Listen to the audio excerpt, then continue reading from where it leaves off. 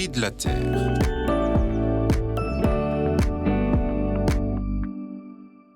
La scène se passe dans un groupe de cathés de CE1. La rencontre est sur le thème Dieu créateur, une des bases de notre foi et les premiers mots de la Bible. Au commencement, Dieu créa le ciel et la terre. À cet âge-là, on part du concret, de la vie quotidienne. Nous avons marché dans la nature, admiré autour de nous la beauté du monde créé par Dieu et parlé de comment la protéger. Et nous sommes sur le point de lire le texte biblique. Un enfant lève la main. Dieu, il est écolo ? 7 ans et déjà de grandes questions.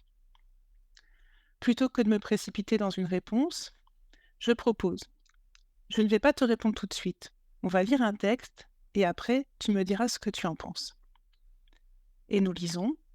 Au commencement, Dieu créa le ciel et la terre, et Dieu vit que cela était bon.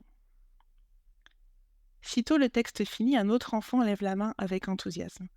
Je sais la réponse à la question. Dieu, il s'est donné beaucoup de mal pour faire tout ça.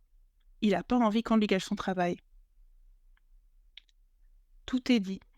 Comme souvent avec les enfants, il a résumé en peu de mots et un vrai sens de la formule, quelque chose de profondément théologique.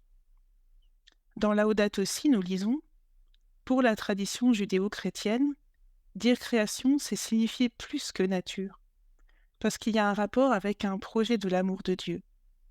La création peut seulement être comprise comme un don qui surgit de la main ouverte du Père de tous. La nature, ou plutôt la création autour de nous, est un cadeau. Un jeune me disait récemment « Un cadeau, on en prend soin ». Le temps pour la création vient de commencer.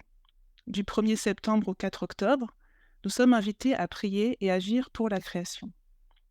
Et si nous prenions le temps d'admirer ce cadeau que Dieu nous fait et de nous demander comment en prendre soin? Ce ne sera jamais parfait.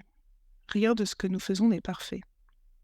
Mais ce qui compte, c'est d'essayer, de progresser petit à petit, ouvrir son cœur et, regardant ce cadeau, le laisser transformer par l'amour de Dieu.